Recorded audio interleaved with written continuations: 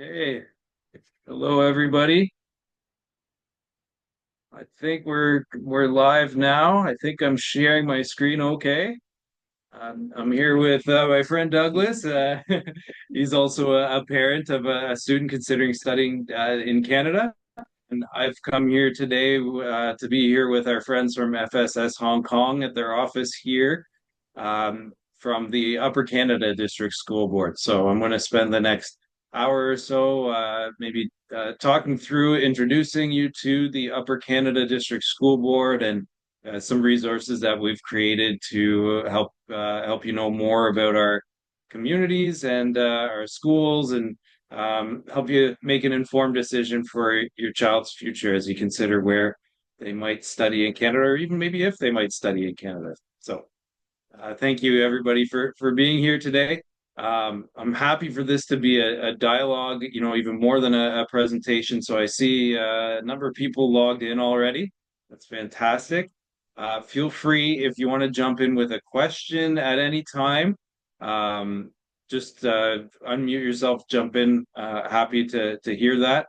And I may have some questions along the way for those in attendance too, because I'd love to know more about your dreams and goals and hopes, aspirations for your children's future. Or you know, Douglas, you being here today, I may be referring to Douglas with a couple of questions as a kind of example case for how we can find you know, ideal location for each particular student as they look at the Upper Canada District School Board or consider all of the study options there in Canada. Okay, so I'll jump ahead in here again, introducing the Upper Canada District School Board. I'm going to share the screen in presentation mode. Um, if you do see any have any difficulty following the presentation, if my screen is not sharing properly, please let me know. Um, it would have to be verbally because I'm not able to manage the chat actively, or maybe as well as I'd like to while I have the screen sharing while I'm focused here. Okay, so yes, introduction to Upper Canada International. That's our international education program for the Upper Canada District School Board. As you can see here, we've got a lot of happy, smiling kids, and the some of the snow there may give you an indication of where we are in Canada, or at least the fact that we are certainly in an area with those four distinct seasons where you get to experience really Canada in all of its glory. So really, I want to set the stage here and really recognize that, you know, we as a high school, or K to 12, so from kindergarten to grade 12, public school board, our goal and our role is not to simply have students come and be successful with us, but indeed to prepare them for a successful global future. So as we do that, we certainly do that within the Canadian context, but also with international kind of opportunities in mind as well. So we've really taken our international education program to be an important part of the overall programming for our students and for especially for our international students coming in, working carefully with an extensive team to be supportive. Again, not just for their success while they're studying with us, but preparing for a global future and you know, whether that be post-secondary university or college studies in Canada or elsewhere around the world. But where we're located does lend itself very well for that. So I can leave, or I can show you here a map. Um, this is a map of our region. So in up close, this whole green shaded area is our school district. And each of these buildings is one of our high schools. So we have 21 different high schools available that students can choose. They can choose which high school they would like to attend. All of them follow the same high quality curriculum and education standards, which are established by the Ministry of Education for the province of Ontario. Um, but each of them may have slightly unique kind of aspects based on the community that they're in and also just some of the important programming that's become popular at each site. So the core academics, the core level of support and education is consistent across all schools. But again, there are certain things that'll differentiate each school. And as we go through the presentation, I'll share with you some tools for discovering how each of them are unique and how they might best suit your particular son or daughter as you consider their opportunities for the future. But as I mentioned, our location does lend itself particularly well for preparing students for a global future. So this shaded area, as I mentioned, is our school district. If you look here in the context of Canada, we're in Eastern Ontario, right on the border of the United States, but near to, and all of our schools are in small to medium-sized communities where there's, beautiful nature, no pollution, no traffic, no, limited distractions from education, but still great opportunities to be very active, to be engaged with the local communities, and to make friends that are long lasting and really have that deep Canadian cultural experience through an immersive opportunity. So having said that, we're also near to many of Canada's largest cities where most of our top universities and colleges are located. So you can see here the city of Montreal, world famous and famous for McGill University, Concordia University. It's just about 100 kilometers to the east of our school district. So it's about an hour drive, maybe a little less than an hour, or up to maybe 2 hours if we go a little further up in this area, in the northwest of our school district. We kind of do this horseshoe shape around or U shape around the city of Ottawa. So all of our schools are within 30 minutes to 1 hour of the city of Ottawa, where of course it is home to the University of Ottawa, to Carleton University, as well as wonderful colleges like Algonquin College and St. Lawrence College. St. Lawrence College is actually not in Ottawa, but near in our communities here in Cornwall, Brockville, and Kingston. And speaking of Kingston, it's not listed on the map here, but it is just about a 30 to 45-minute drive from our school district. And of course, Kingston is home to Queen's University, one of the top well-regarded universities in Canada for a number of different programs. And then if we go a little further down the road, and literally just down the road, this one highway here that goes right through our school district connects from Montreal to Toronto. And so Toronto is about a 3 hour drive, about 300 kilometers away from our school district. And in Toronto, of course, that's home to the University of Toronto, Ryerson University, or the University of Ontario, and within the greater Toronto area or nearby as well, many others like we're just talking about Western University, Waterloo is within an hour from there as well. The Ontario University of Technology. So there's many different universities, and including, of course, the University of Toronto being the top ranked in all of the country of Canada, located there in Toronto, and again within a short drive of our school district. So students get to be near to these places where they might choose to study for post-secondary, but they're living in communities that are small, medium-sized, where you can focus on your studies, have that deep cultural immersion opportunity, extremely safe with beautiful nature, to prepare for those university studies. So again, a little more about our communities. They are among the most historic in Canada. And actually, just, our communities are some of the oldest in Canada. Here in the top left is the city of Brockville, and Brockville was actually the first city ever incorporated in Canada. Indeed, for a long time, it was a really important city between the cities of Kingston, which was the original capital in Canada, and the city of Ottawa, which is now the capital of Canada. So it for a long time was the city with the most millionaires per capita in all of Canada. So it was established as a kind of a beautiful place that was a haven for those very privileged people from many years ago. Of course, it's more of a modern city these days. It's not as exclusive as it once was. But it's been set up and established as a beautiful place surrounded by nature, constrained purposefully so that it would never become too large. You would never have the difficulties or downfalls of maybe a major city. But it's intentionally built and designed to be a beautiful place for people to live and to enjoy life in a really high quality of life here in Eastern Ontario. You can see some more historic here. This is a few islands in the bottom left picture. Um, the castle here, again, very historic, but this is part of the Thousand Islands. So our school district, to the south of our school district, is the St. Lawrence River, which of course is a very important part of Canada and Canada's history. And along the St. Lawrence River within our school district is the Thousand Islands. So there's more, there's almost actually 2,000, some smaller islands like you see here, some larger that house, as much as a castle.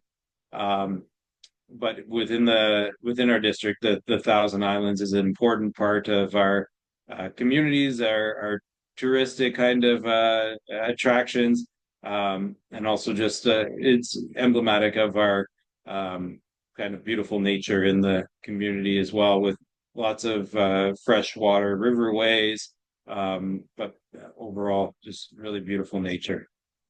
And then you can see a couple other little towns here. So we, again, 21 different high schools. Those are in 19 different communities. Some are a city, like the city of Brockville or the city of Cornwall. Others are more town-sized, where they're a little smaller, but in terms of population, but surrounded by beautiful nature and with all the opportunities that can help prepare your son or daughter for a global future and through immersion at a high school experience in Canada. So with that, I want to share a video. As we know, a picture says 1,000 words, and so if we string together a few pictures, make it into a 2 to 3 minute video, it's probably getting close to 1 million words that we can share in just a couple of minutes. So I'm going to share this video, and then we'll come back, but this will help give a further introduction through a lot of imagery and just some simple guided words as well.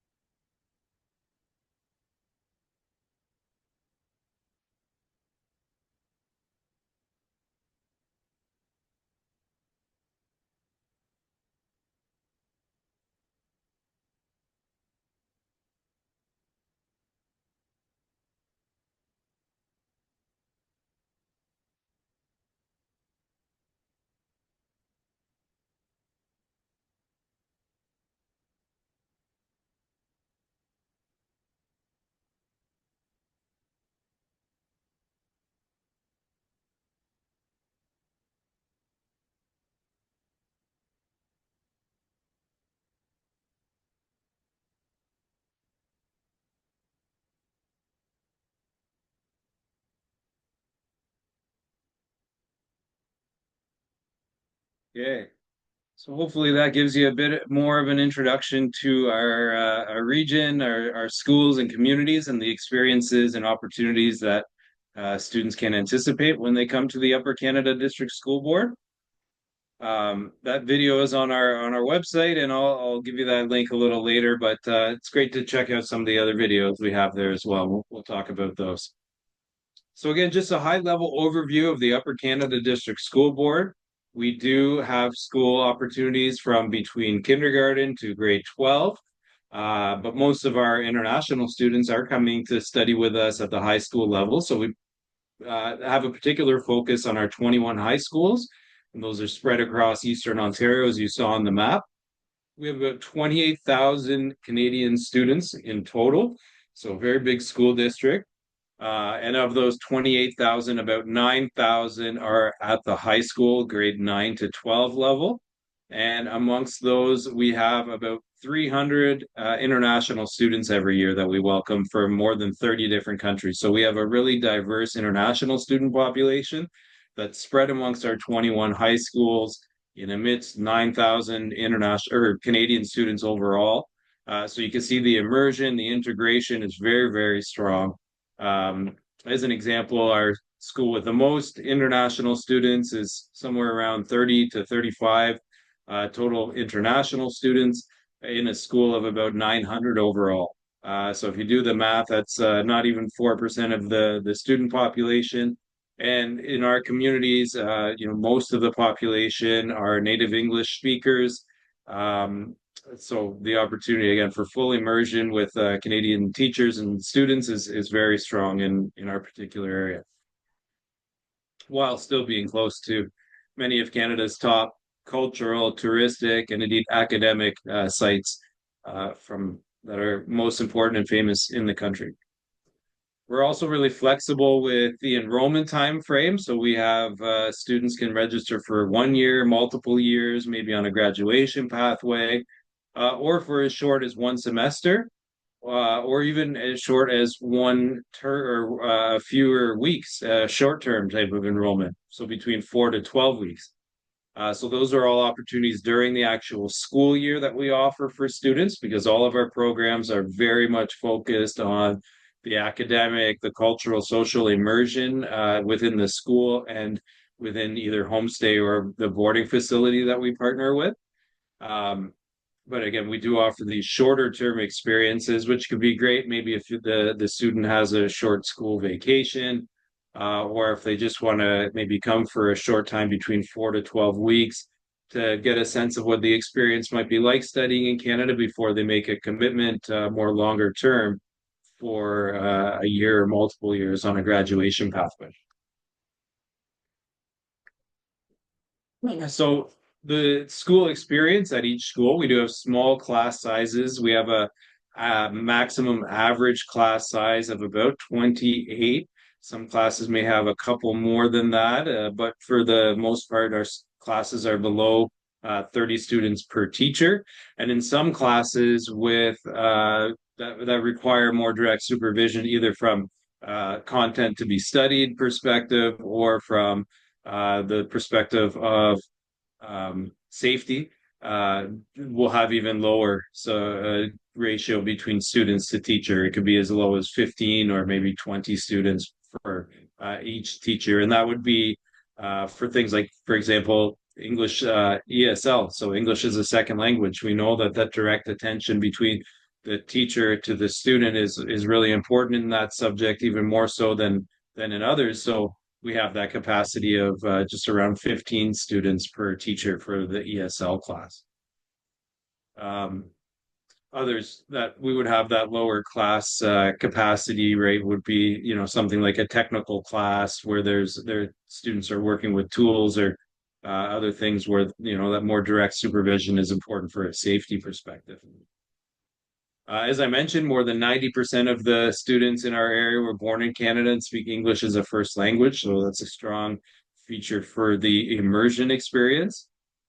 We have a number of exceptional sports clubs and teams, depending on each student's goals and interests, and we can help target particular school choice to the students' goals and interests.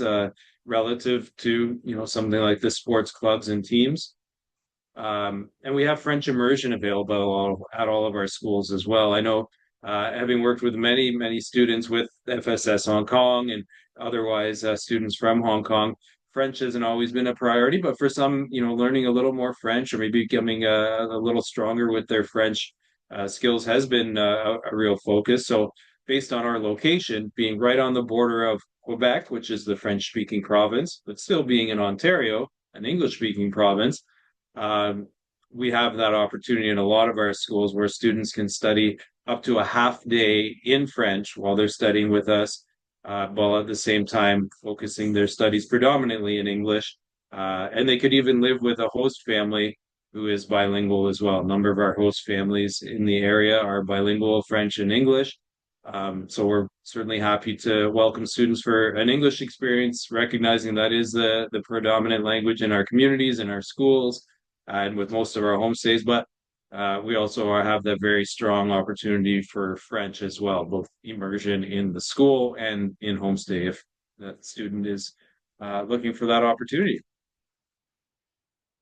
So I've alluded a couple of times to having some tools established to help focus your research on a particular school, to find the school that is right for your son or daughter in the Upper Canada District School Board. Because of course, at this point, I've spoken only broadly on the concept of our school board to give you an idea of who we are, where we are, what we stand for, and broadly the opportunities available for students. But we can get a little more specific as we look at the school level. And of course, with 21 high schools and just an hour in our time here scheduled together today, it would be impossible for us to go over all 21 high schools. And we would have a chance that we might miss something. So what we've done is create this tool online. It's called the Find Your School Survey tool or app or whatever it is. It's the Find Your School link on our website.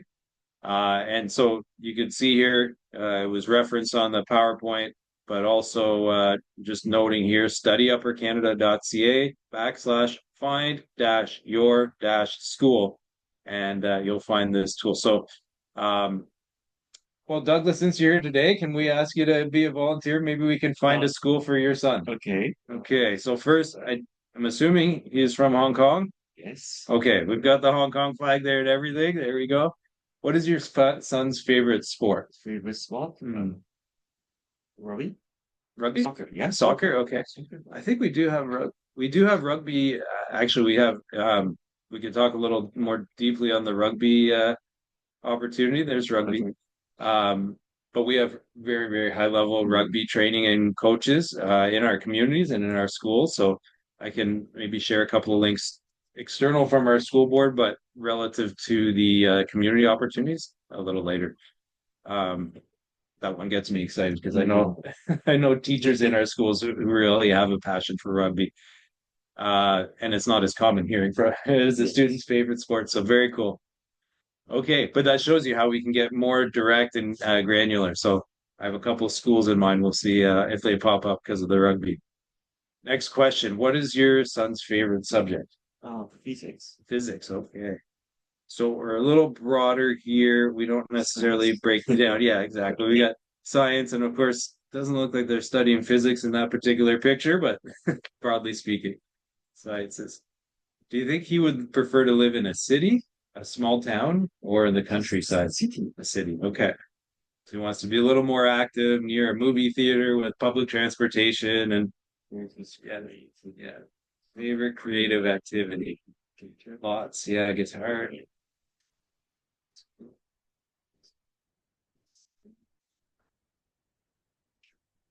Visual arts would include the painting, drawing.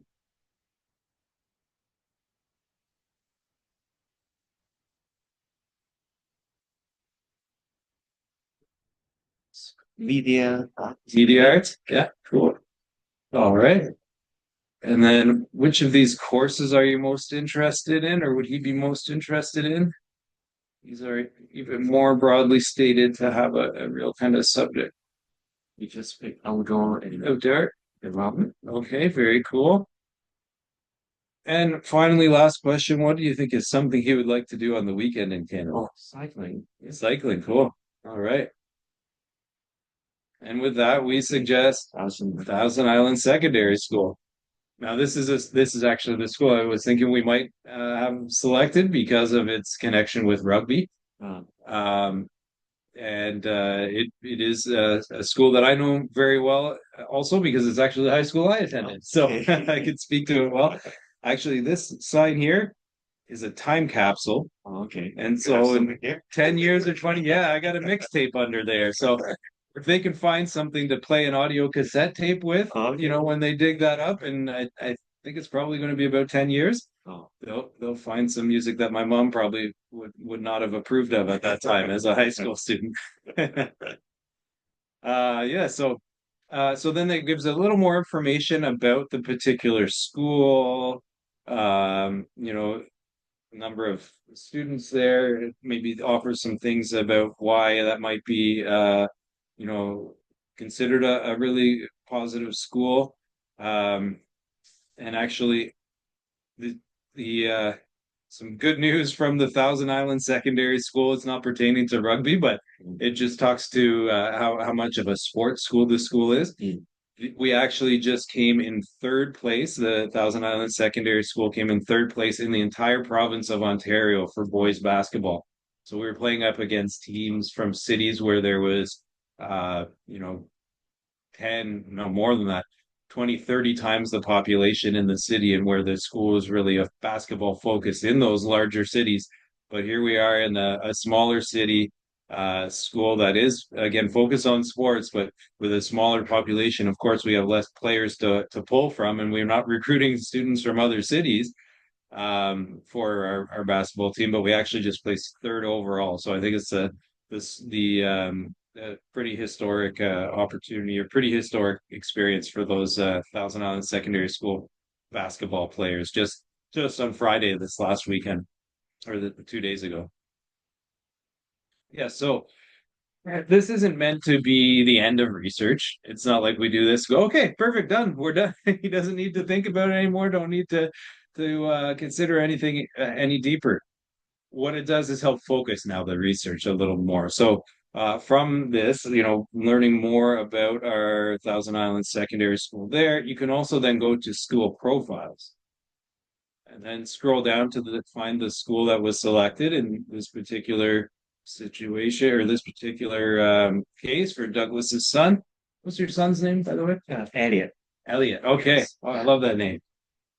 Elliot. So for Elliot, we've looked at Thousand Island Secondary School. So we scroll down and find it.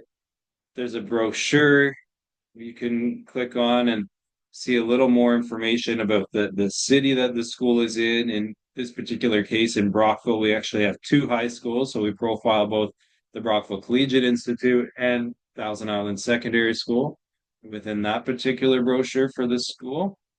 And then if we go back, we can also visit the school's website. Oh, we've been blocked there. I don't why. Oh, cool. What did I do? Oh, I stopped sharing. Sorry, everybody. I'll get the share back. There we go. That share bar is kind of, see if I can put it to the side.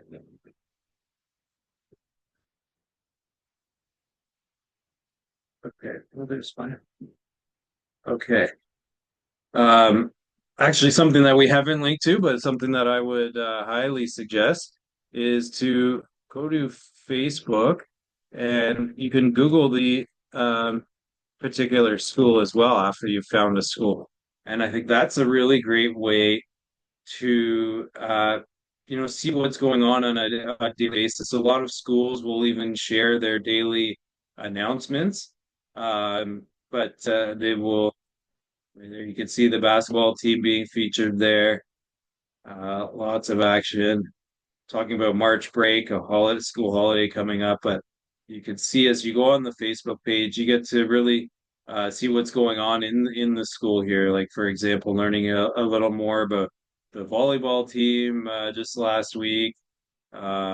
swimming competition. So you can see sports is really big at this school, but you get to see some other things about that it's going on at the school as well.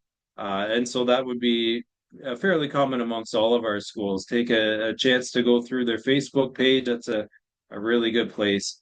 So, I mean, even things like this, like what's being served at the cafeteria that day. Looking here, Carleton University representatives visiting the school. So if you want to ask questions, you can go hear from Carleton University. Senior girls and junior boys soccer signups. So you get these morning announcements so on our Facebook pages. So you really get a sense of like what's going on to at each of these schools. Um, so pretty cool opportunity to really start to dive deeper. Now, to go even deeper and start to see some visuals in the school and to hear from former international students, we have these school tour videos available for students as well. And I'll share this one from TIS in particular because, well, it's a school that I think would fit for Elliot based on what we've done there, but also it's my alumni alma mater. I'm proud of.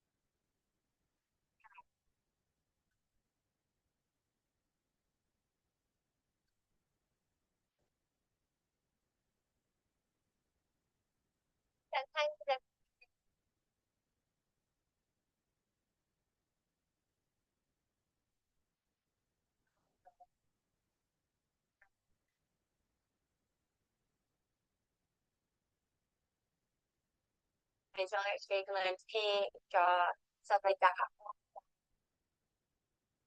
And so you can live on your own, as well as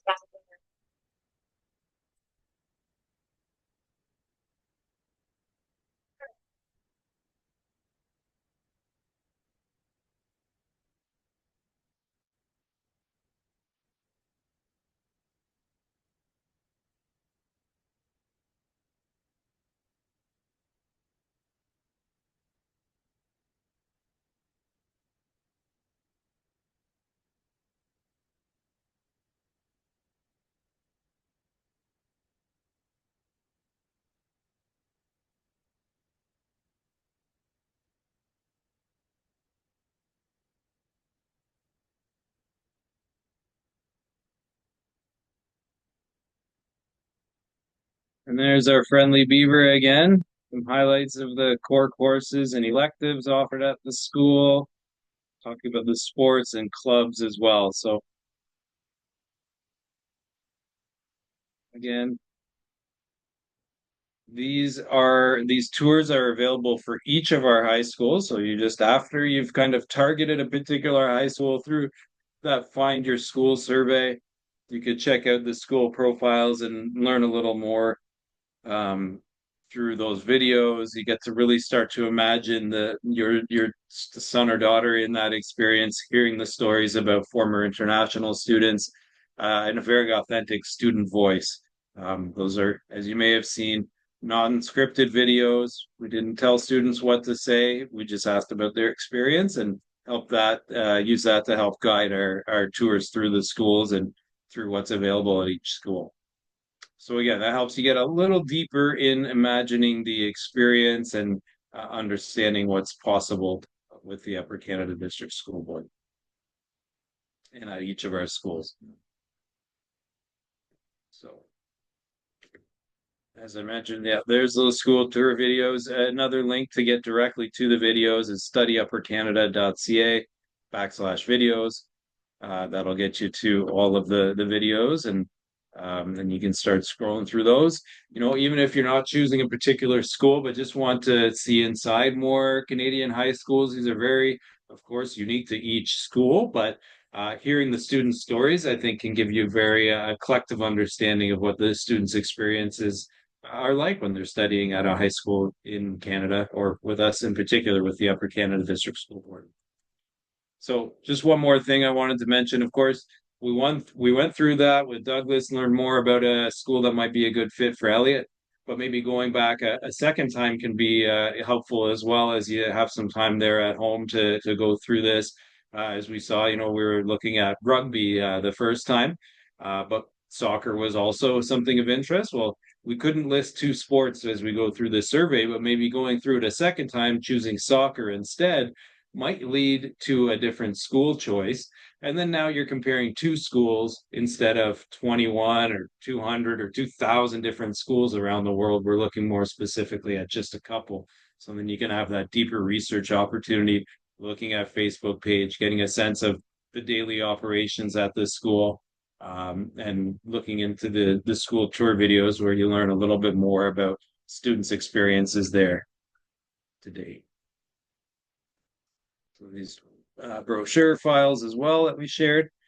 Something we're really proud of is we do have a 100% graduation rate amongst our international students who come to study with us, with the intention of graduating with the Ontario Secondary School Diploma.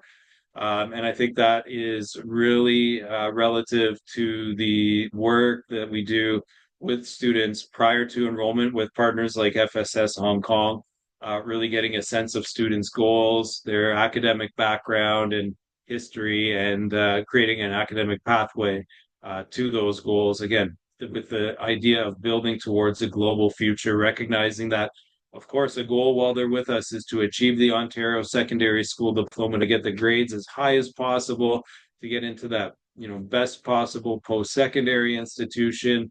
But even beyond that, we want to make sure students are being prepared with the skills and with the knowledge that's going to be necessary to be successful at that post-secondary level, and then even beyond that in their career and future life overall. And so actually 75% of our grade 12 students, international students in particular, directly enroll with post-secondary schools in Canada. That leaves 25% who are going to other countries for post-secondary after Canada. And, absolutely, we've had students enrolling in in universities and colleges around the world with the world recognized the Ontario Secondary School Diploma being recognized in all of these places. We have a student this year who will be attending Oxford University in England, and another who is, I'm not sure of the name of the school, but going to study in Sydney, Australia after graduating with us. Another who is studying, going back to Germany and studying in their home country of Germany after graduating with us. Japan as well.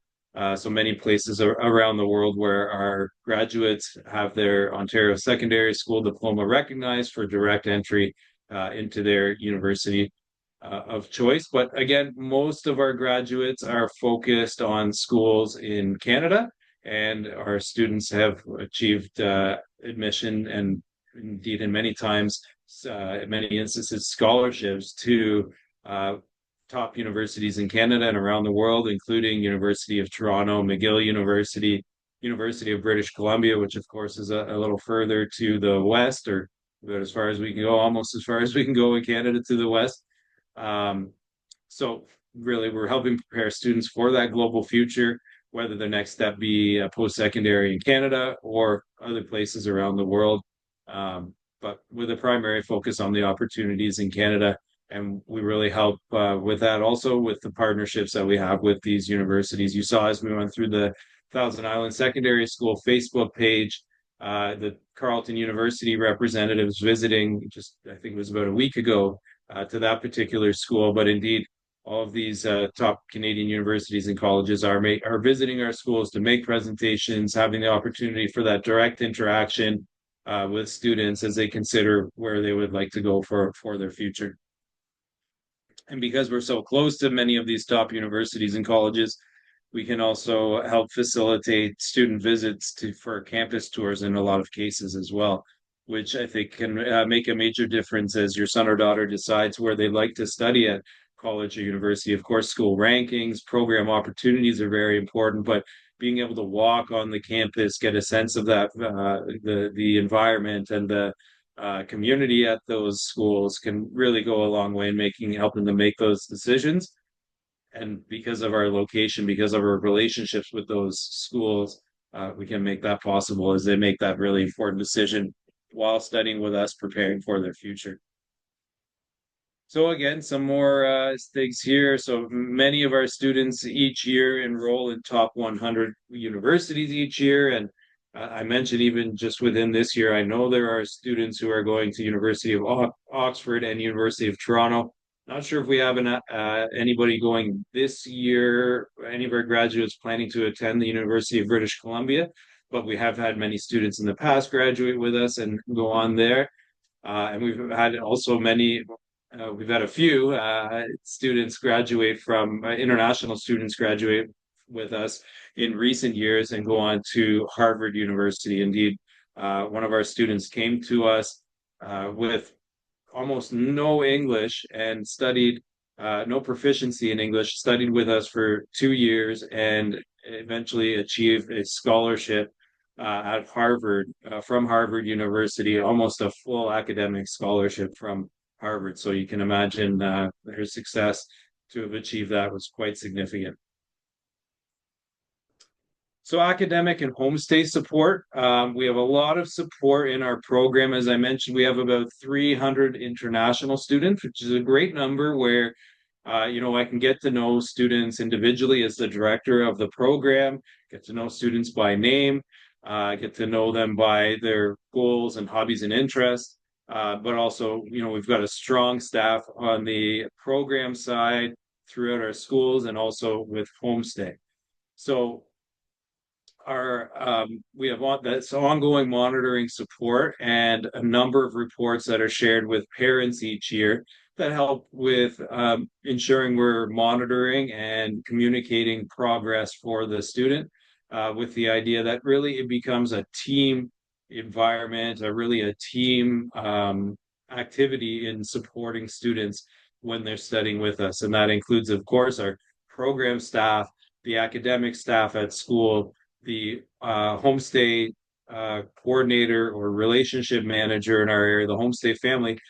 But what we're really important, maybe not but and what we're really, really put high importance on is ensuring that parents, natural parents in the home country, are kept informed and kept as a very important aspect of this team. We want to make sure that we're all working together with the same knowledge and the same information consistently to encourage the student to really help them and support them in achieving their best.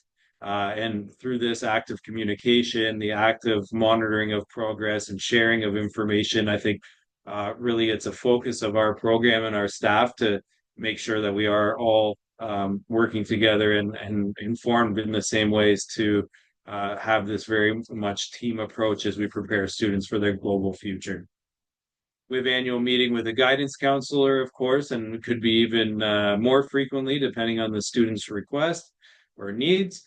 But that annual meeting at the very least is an opportunity to check in on the courses being planned for the student and make sure they're in the right courses based on what their goals are for the future, and even helping kind of talk through those goals for the future as well, offering up ideas for programming options and post-secondary or career options in Canada as well. So we mentioned this about homestay.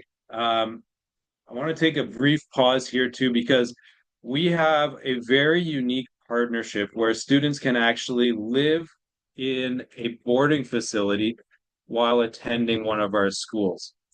So we've partnered with an institution called Fulford Academy, and indeed we've had, and Fulford Academy has had many students through FSS Hong Kong in the past, so we've gotten to know them very well. And this Fulford Academy is a boarding facility it's actually located in the village of Merrickville. So I'm going to share this video. It'll tell you a little bit more about the merger between the Merrick and Fulford. These are two boarding schools that have come together to offer boarding facility opportunities. It's a boarding school where students can study privately, but we are also through our partnership offer the opportunity for students to live in this boarding school, but actually attend one of our public schools. So the cost is lower relative to a full boarding private school experience. And not only that, you have the very structured, consistent scheduling and expected lifestyle of the boarding facility, while on the other hand, you get the very much immersive, integrated experience studying in a Canadian public school with more than 90% Canadian students and native English speakers. So I'll share this video and I can share a little bit more about the merger between the two schools, giving you some imagery into the new campus as well. Maybe.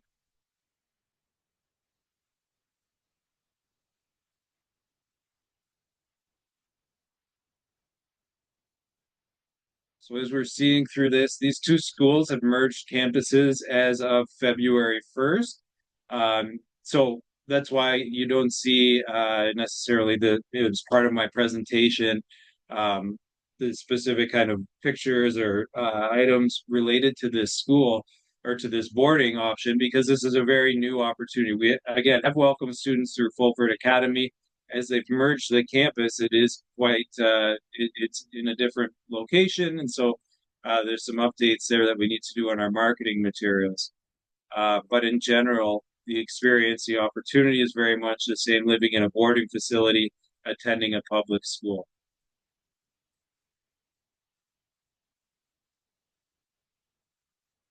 So again, it's a relatively new experience through this merged campus.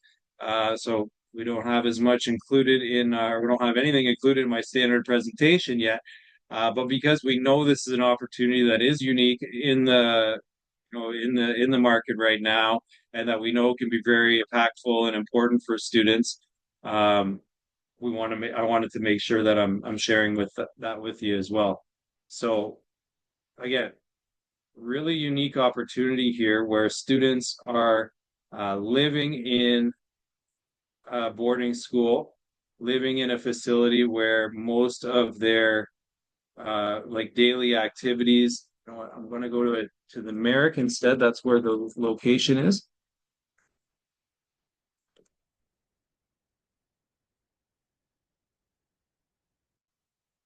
I'll get some more pictures of the actual campus here and talk a little more of student life. So you can see here, if you go to the merrickprep.com, you can see more things like the day program. So you see very predictable evenings, so co-curricular activities. These are happening at least 3 times a week. I think even more now that the schools have merged. They would have a homework study time, the boarding time, Monday to Friday. You could see here activities and sports in the evening study hall, a shared dinner with all of the other students. So, and then on the weekend, almost every weekend they have some kind of activity, maybe tours to different areas. Where this campus is, it's only 30 minutes from Ottawa, so they're often in the city of Ottawa with students shopping or attending different events or just for general tourism. And you can see, so yeah, they get that very structured lifestyle in the boarding facility with the benefit of the full immersion and academic kind of learning experience in a public high school. So you kind of get the best of both worlds in a lot of ways. And again, at a cheaper price than it would be quite significantly less expensive than if it was a strictly boarding facility with a private school. So unique opportunity there for sure. Um,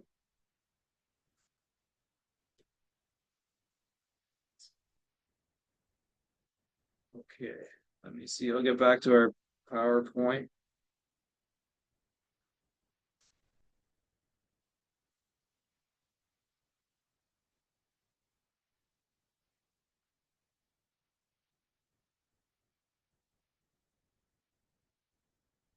here we are. Okay, so just a few last things. I think I'm almost out of time here. We got 10 minutes, but I do want to leave some time for questions if anybody has any. So just wanted to briefly mention our trips and activities program, which is one of the strongest, one of the most extensive out of any public school board that we know of. We have six different trips where students have the opportunity to stay overnight in a hotel. It's all supervised because we're so close to these wonderful tourist and cultural attractions. We really want to make sure students have the opportunity to enjoy all of these. At the same time, we recognize that these are high school students, and so we don't want to send them off to a big city like Toronto with no supervision. So we organize these trips where we go to Toronto, see a professional basketball game, Toronto Raptors. We go to Niagara Falls and see the world famous Niagara Falls, as you can see here, pictured on the right hand of the screen in the middle. We go to Montreal and experience the largest French-speaking city in Canada, with its and lots of different dynamic experiences there. We're actually going to attend La Ronde, which is an amusement park in Montreal, but also see a Cirque du Soleil performance. And of course, Cirque du Soleil originated in Canada, in the province of Quebec, so you get to see it where Cirque du Soleil, this very famous worldwide circus troupe, began right in Montreal. Students get to experience that. We go to Ottawa, experience the nation's capital, visit some museums and art galleries, as well as attend a professional hockey game, NHL hockey game, the Ottawa Senators. We go to Quebec City and experience a winter carnival and a little more about the traditions and the history of our French-speaking province of Quebec, in that province's capital, Quebec City. And then we also visit New York City. And I'm not sure I need to introduce New York City at all, but of course, students get that opportunity to visit a Broadway show, to spend some time in Times Square, to really get a sense of New York City through one of the trips we offer to students. In fact, that trip is happening as of tomorrow. Tomorrow, students are going to New York City as part of our March break tour that we offer for students each year. So beyond these trips to other cities where students get to stay in a hotel, take a bus with their friends, really have that exciting type of touristic type experience, we also have a lot of activities that are more locally based, so that are really highlighting aspects, either cultural or touristic, of the local region as well. So we do a Thousand Islands boat cruise. You saw the big castle there on one of the islands that we talked about at the beginning of the presentation. We go to a sugar bush wherein we see maple syrup being extracted from the trees and learn about how it's produced. Get to taste it as well. You see some students tasting maple syrup in the center of the pictures there, in the form of a frozen sticky taffy that they would have made fresh right there at the sugar bush. We go to a powwow and we get to experience more about the First Nations history, traditional culture, customs, performances at the powwow. We go to a place called the Light at Night for a Christmas celebration. It's a place that's set up in a place called Upper Canada Village, which is a small village set up to look like a village from more than 100 years ago in Canada. And at Christmas time, it gets decorated with more than 1 million Christmas lights. So you can imagine that the beauty and the atmosphere is quite wonderful for a Christmas celebration there. We have Halloween parties. We have a multicultural festival that we invite students to. We have opportunity for students to enjoy curling. And these are all experiences that are offered to students and host families locally, because it really helps us to build, and helps the students and host families building a sense of community around our international student program, where we really help facilitate that feeling, that nature of supporting each other through the experience, host families together and students as well. So again, just as I'm going to close off my presentation here, I'll open it up to any questions. But but I just wanted to again bring your attention to our website where you can take a quick survey tool at studyuppercanada.ca/find-your-school. 7-question survey. We've done it here to figure out where Elliot might be a good fit based on Douglas's answers anyways on his behalf. But it's something that you can do there in the comfort of your own home, and then you can come and have a conversation with our friends at FSS Hong Kong and have a more informed conversation about the particular school that you think or that you found would be a good fit for your son or daughter's goals and interests.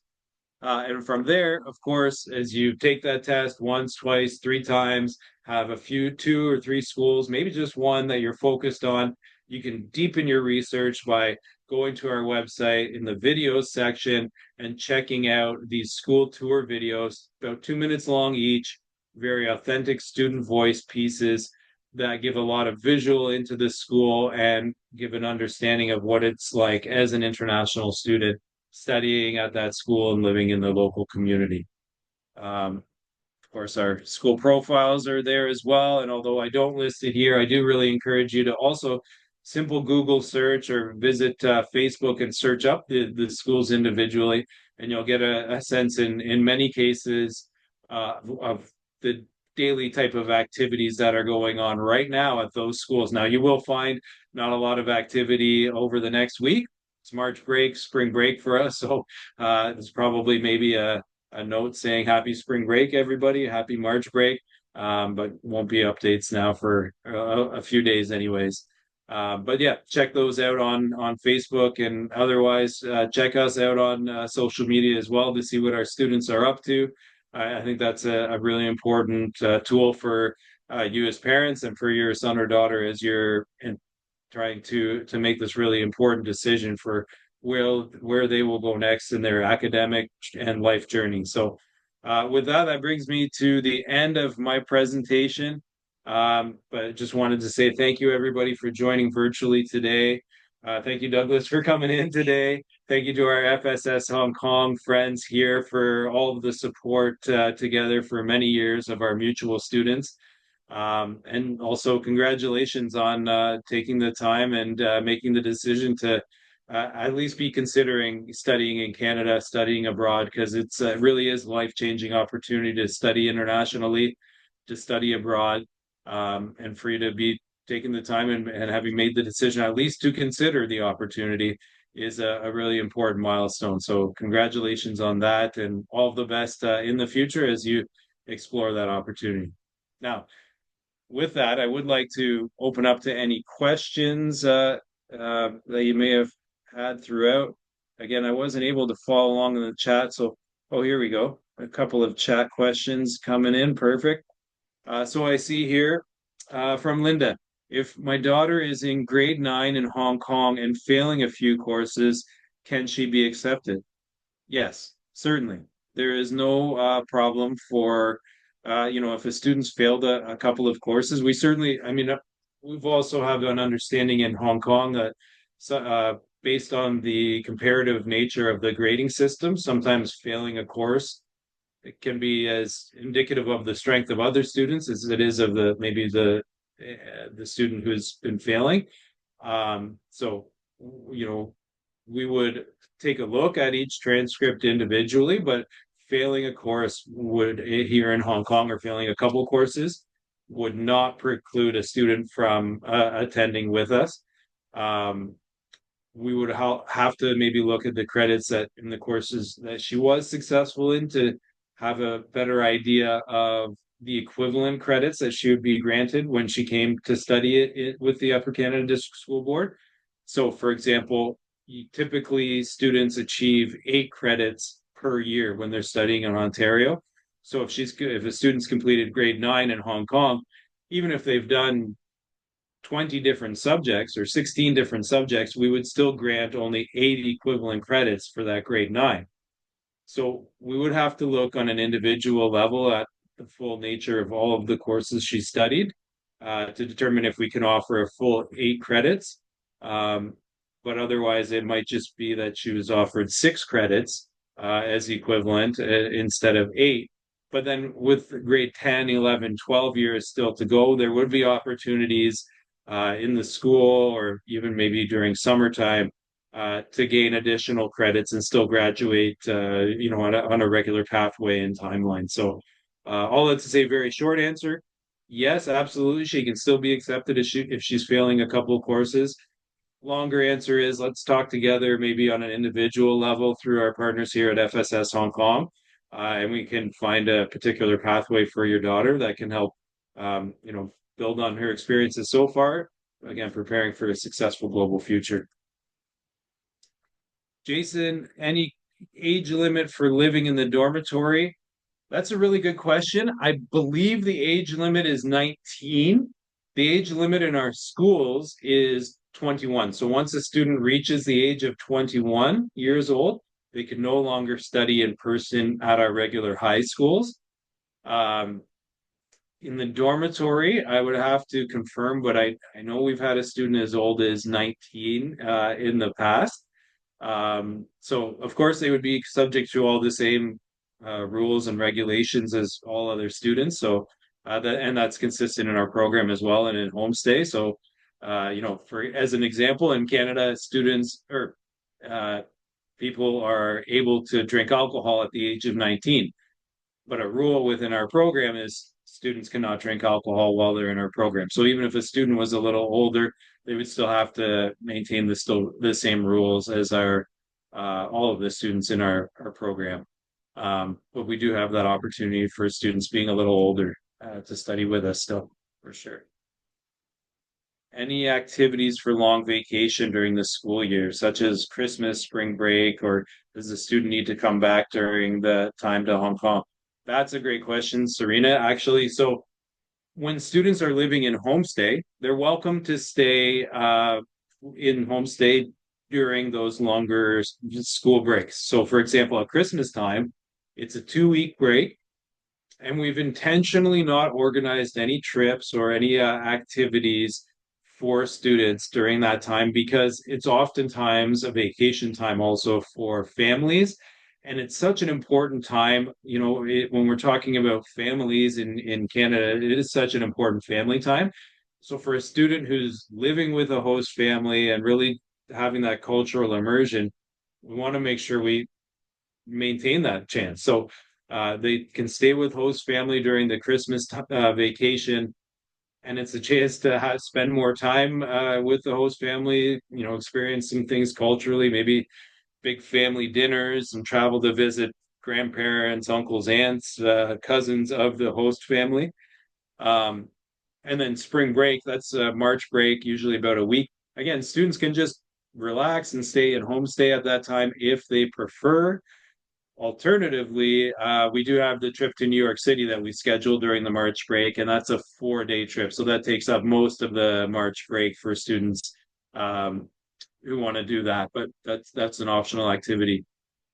Students have the choice if they'd like to come back to Hong Kong during Christmas because it's a 2-week break, want to come home and see some family members or maybe visit just to have a visit back home. Certainly they can do that. Same thing in March break. It's just a 1-week vacation in March, but if they wanted to come back home during that time, they can, but they don't need to. Now, talking about our students who are living in the boarding facility, that is with Merrick Preparatory School or Fulford Preparatory School.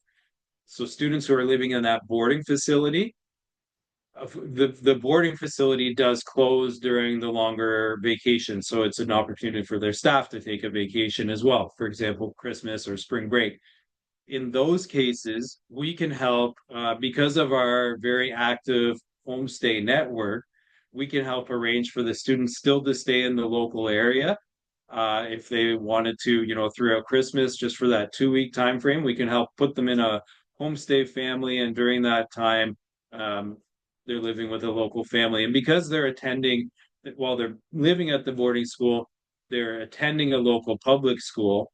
They've made friends who are either in homestay or they've made Canadian friends whose families may welcome them for that time as well. So we do take a very active role in helping the students find a place during the those holidays. That's something we've learned with our students, that we can really help be that connection to help find a place during the short closure with the boarding facility. So that's at Christmas time, spring break, both of those times we can help connect with a homestay family. Or again, a lot of times what we've seen historically, students have made a friend at school, and they'll come to us asking, like, can we set up through a kind of a homestay arrangement, but with my friend's family from school. Um, so they don't need to come home to Hong Kong, or to, you don't need to find a place for your son or daughter. We'll help with that if during those breaks, if they're with us in the boarding facility as well. It's a really good question.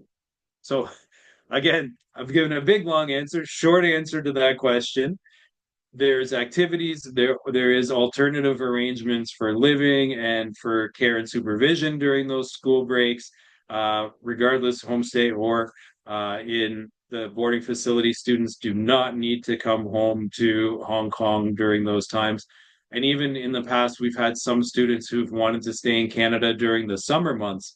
Now, we don't have programming offered during the summer months, but we do have host families who are willing for students to stay with them in the summer as well. So that's an opportunity we could extend for students too, if they wanted to stay in the summer and just maybe relax, maybe take an online course, or just work on improving their English during those summer months. We can arrange for that too.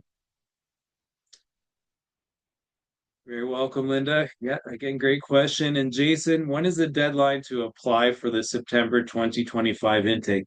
Very good question. So if we're talking in the homestay facility, well, actually, in all cases, we don't have a specific deadline for applying. We're a very flexible school district. We're very mindful that the realities of each individual's life might be that, the decision-making process can come at different times for different people.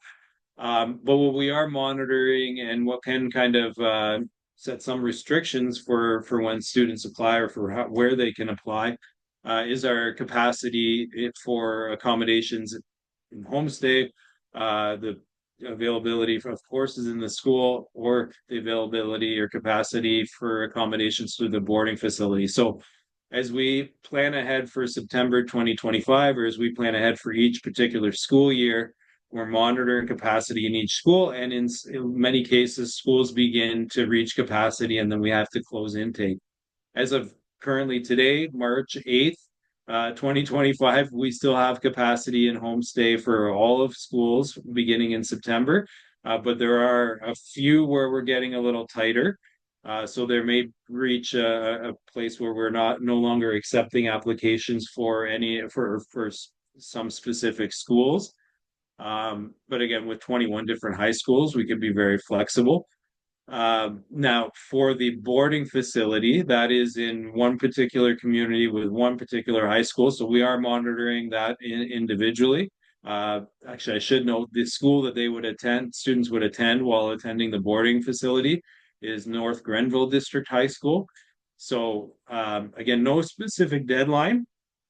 We do monitor capacity to stop applications once we've reached capacity.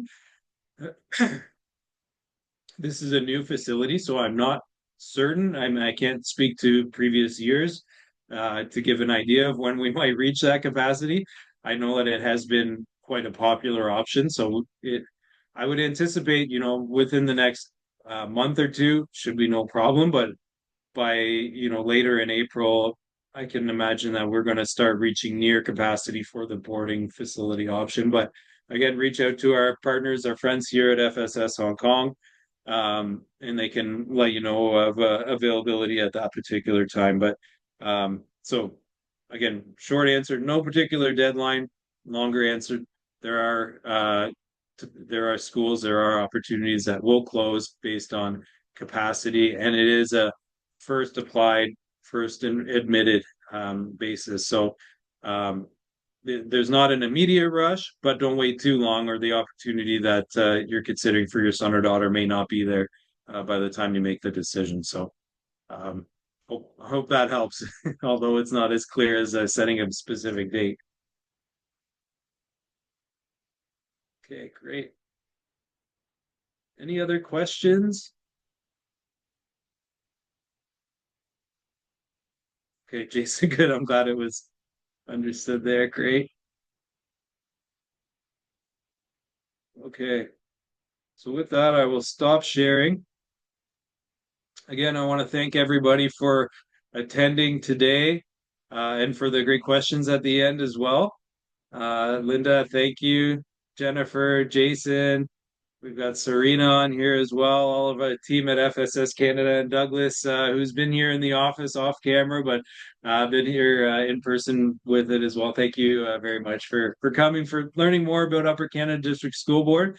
And again, send questions to our friends at FSS Hong Kong as they come up. Happy to jump on a virtual call or answer questions by email anytime. And just again, all the best and congratulations on considering this exciting opportunity for your son or daughter. Thank you.